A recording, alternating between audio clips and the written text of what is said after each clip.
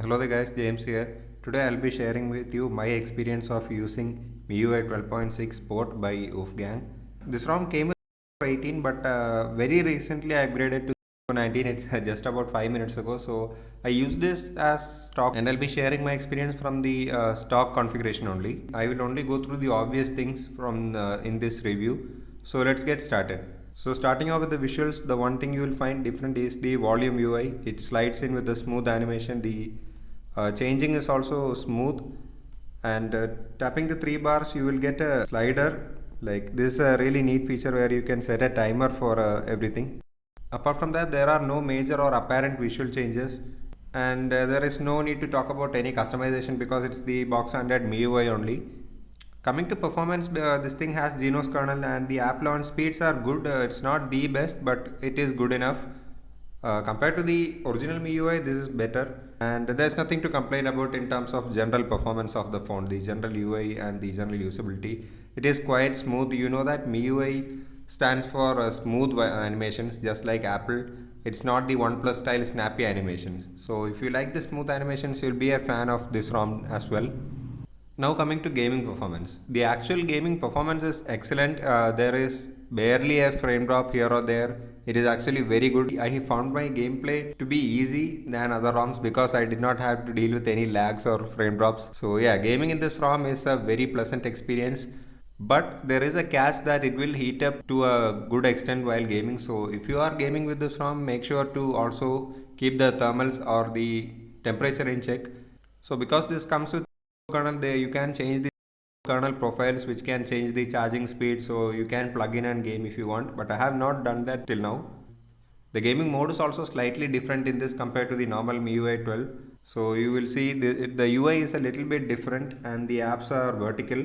And this is something that I really like very much about MIUI. In AOSP ROMs, you will not get these much features and you won't get this polish in AOSP ROMs. So I haven't seen this polish till now. Maybe it will come in the future. The floating UI is very nice. There are a lot of features in this game mode. I haven't tested out the voice changer yet, and yeah, something that I did not talk about is that there are some features that just bring me back to MIUI. You know, there are some features that AOSP ROMs lack. Video toolbox, which if you choose a video app, you can launch apps from here. And you also have the floating window. You can also use chat apps. So yeah, these type of features are much more polished in this ROM. There are similar options in AOSP, but come on, you have to admit that this is much more polished in this MIUI and some other OEM ROMs than in AOSP based ROMs. So that is something that I have to consider every time that I switch to MIUI or switch away from it. It is features like this that makes me try MIUI again. Now coming to the battery life. The battery life is not excellent. My battery life has been okay,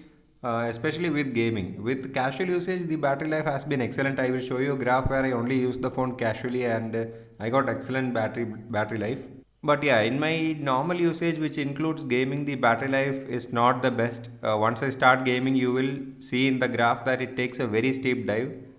And another thing to note that this has very fast charging. The charging is much faster than in the stock MIUI, but there is a bit of heating that comes with fast charging. So yeah, you can notice the heating while charging. That is something to consider.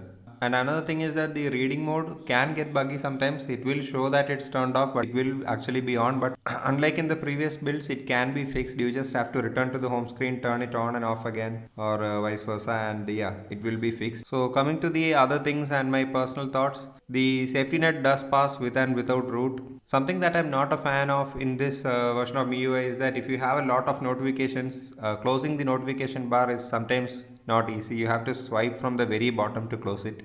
And also the whole UI is gesture controlled, it is gesture based, but the gestures are not the best. Not every gesture, the back gesture is, I found it a bit more harder to operate than in AOSP based ROMs, so that's something of MIUI's fault.